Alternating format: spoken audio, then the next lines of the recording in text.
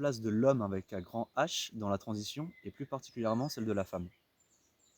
Alors, je pense qu'aujourd'hui, les femmes se réveillent petit à petit. Il y a eu plusieurs événements, nationaux ou même régionaux, qui devaient avoir lieu, en tout cas avant le confinement, autour de la place du féminin, le féminin, la femme en général dans la transition.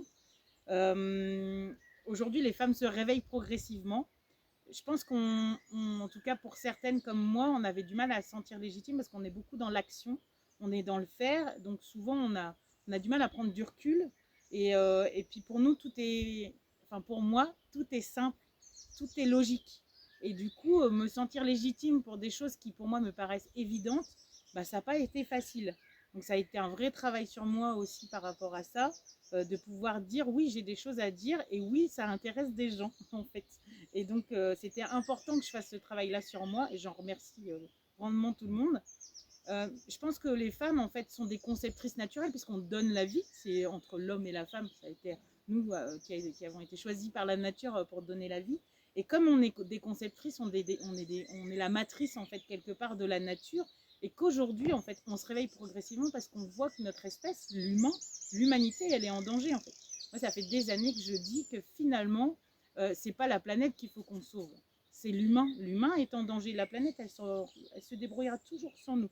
Donc la place là de la femme, c'est de se mettre plus en avant pour dire les choses qu'on a à dire et les choses qu'on a faites aussi. Parce qu'il y a de nombreuses femmes qui sont fondatrices de lieux comme moi ou qui sont engagées, militantes à plein de niveaux. Sauf que comme on est dans l'action, eh ben, on n'arrive pas à se mettre en avant.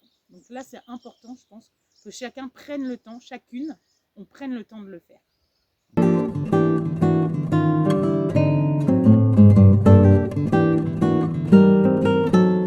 Alors comment aujourd'hui chacun peut réaliser sa transition et trouver l'équilibre entre le masculin et le féminin?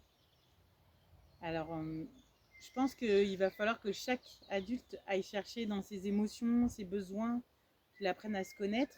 La permaculture humaine, elle permet ça, et la permaculture sociale, elle permet ça aussi, trouver sa place dans la communauté. Je pense que c'est important aussi que nos enfants, en fait, soient formés à ça, en tout cas, soient sensibilisés.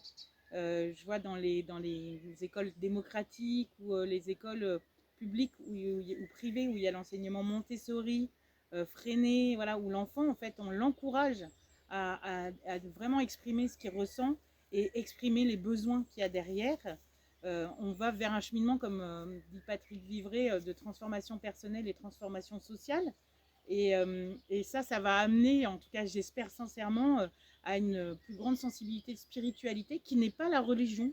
Parce qu'en Occident, on a ce problème-là de recaler la spiritualité comme un dogme, mais les religions sont des dogmes. La spiritualité, c'est juste en fait penser et se sentir à une certaine place en fait.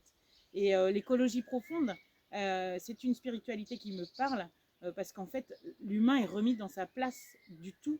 On n'est pas au-dessus d'une pyramide, au-dessus des animaux, au-dessus des arbres, au-dessus de la nature. En fait, l'humain, il fait partie de ce tout-là. Et l'écologie profonde, en fait, c'est un mouvement qui en parle très bien.